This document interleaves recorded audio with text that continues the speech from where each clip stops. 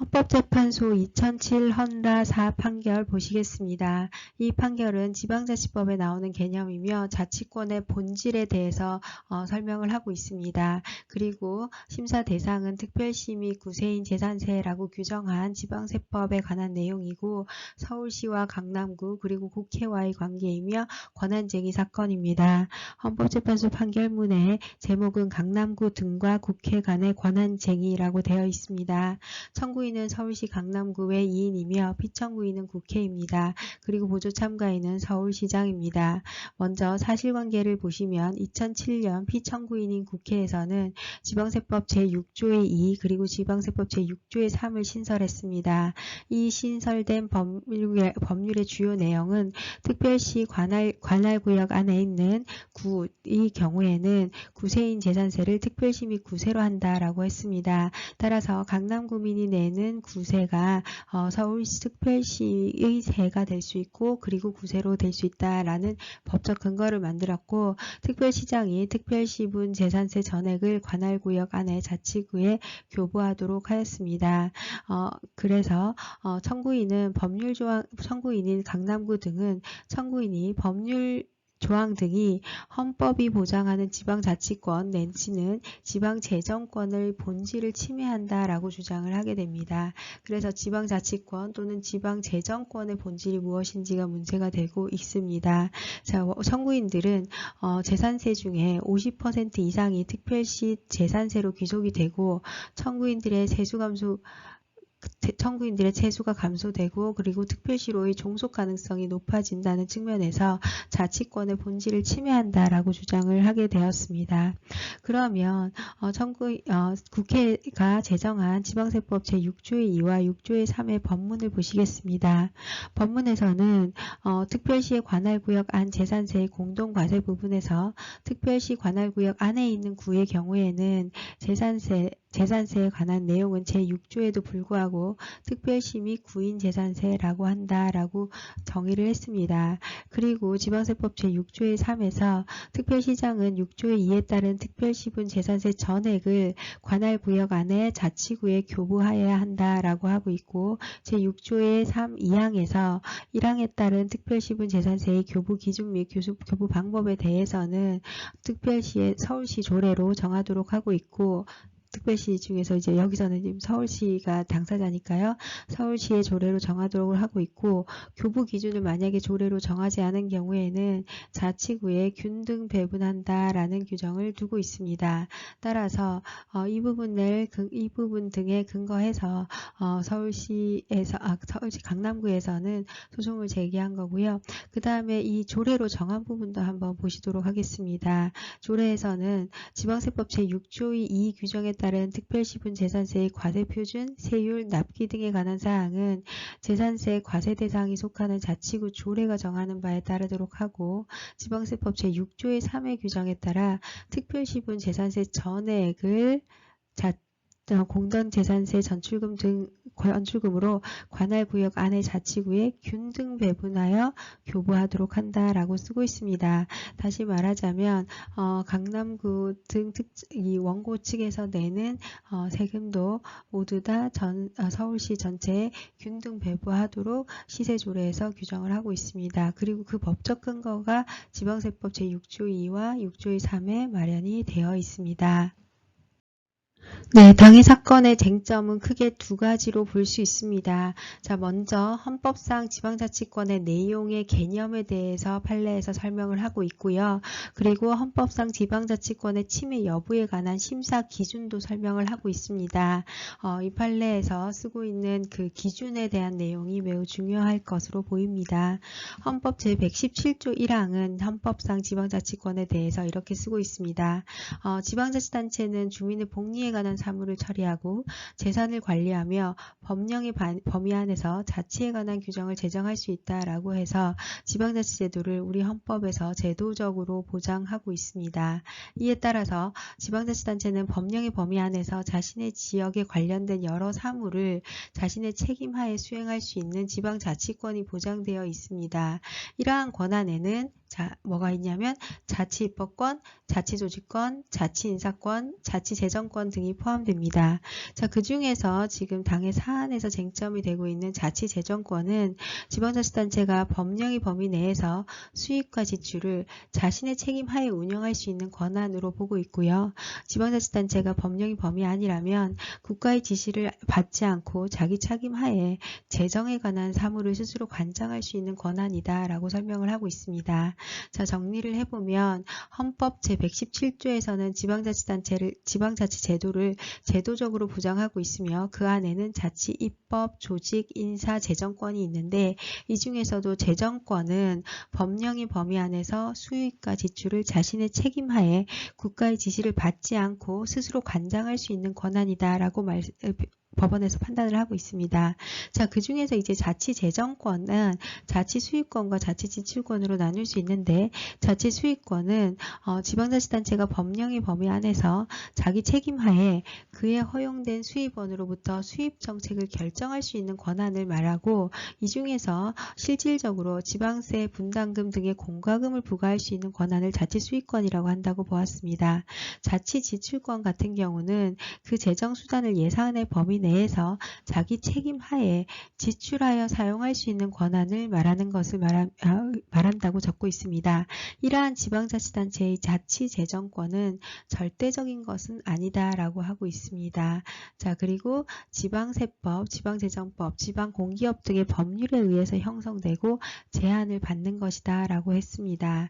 자, 이렇게 우리 법원이 정리하고 있는 내용을 다시 한번 보시면 지방재정권은 자치 수익권과 지출권으로 나눌 수 있는데 수익권은 지방세 분담금 등의 공과금을 부과할 수 있는 권한, 그 다음에 지출권은 자기 책임하에 사용할 수 있는 권한인데 이러한 지방재정권은 절대적인 것이라고 볼 수 없고 법률, 상위 법률인 지방세법, 재정법, 지방공기업법 등에 의한 제한을 받게 된다는 겁니다. 그렇다면 당의 법률이 헌법상 지방자치권의 헌법상 보장된 지방자치권을 침해하고 있는지에 대해서 어떻게 심사할 수 있는지에 대해서도 판단하고 있습니다.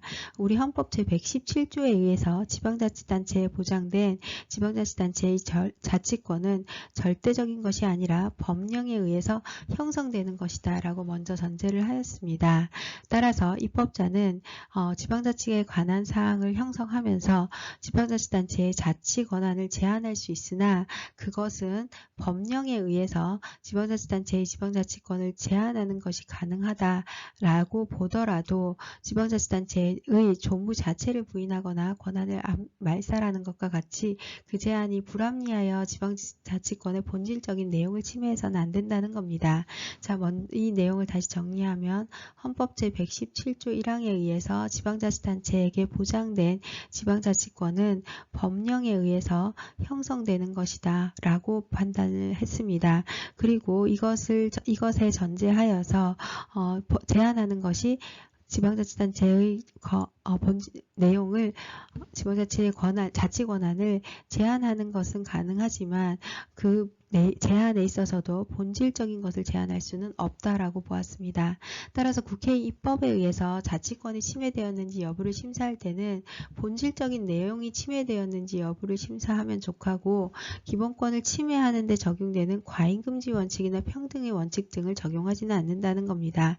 자, 그래서 다시 한번 정리를 하면 본질적인 내용은 침해할 수 없는데 이 침해 여부를 심사할 때는 본질적인 내용 여부만을 심사하는 것이지 그 기본권 침해에 적용되는 과잉금지 원칙이나 평등의 원칙을 별도로 심사하지는 않는다라고 정의를 했습니다.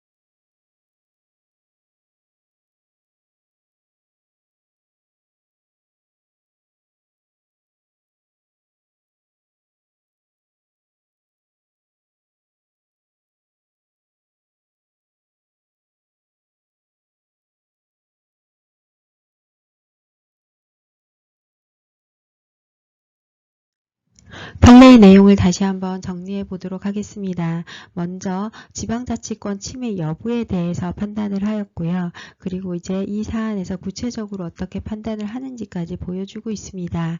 자, 먼저 헌법상 지방자치권의 내용 측면에서 우리 헌법재판소는 헌법 제117조 1항에서 지방자치제도를 제도적으로 보장하고 있다라고 보고 있고, 이러한 제도적 보장에 의해서 지방자치단체는 자신의 지역과 관련된 사무를 자신의 책임하에 수행할 수 있도록 하고 있는데요.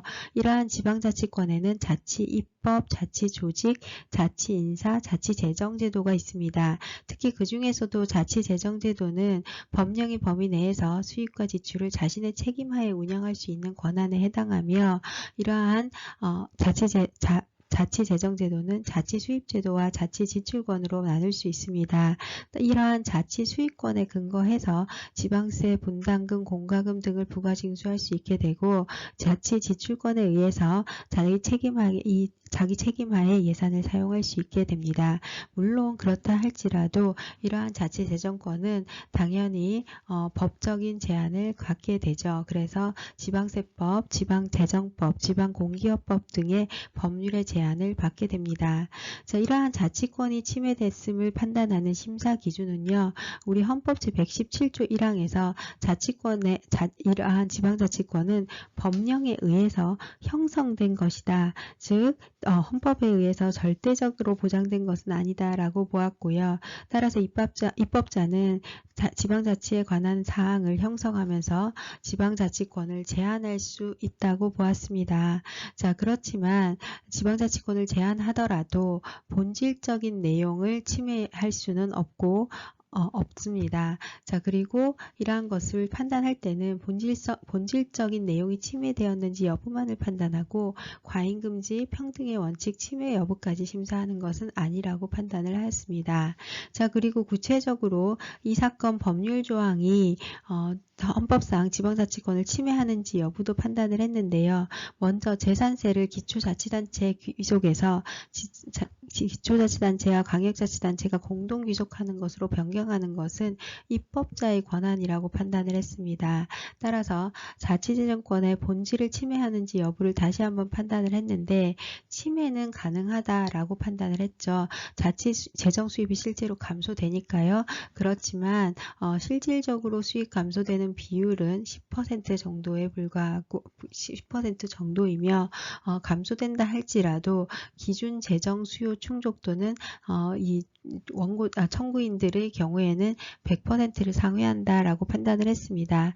따라서 결론적으로 이러한 법률의 규정으로 인하여 자치재정권이 다소 제한이 되기는 하지만, 이러한 제한이 지방재정권을 유명무실하게 할 정도로 지나친 제한에 해당하는 것은 아니다라고 판단을 하였습니다.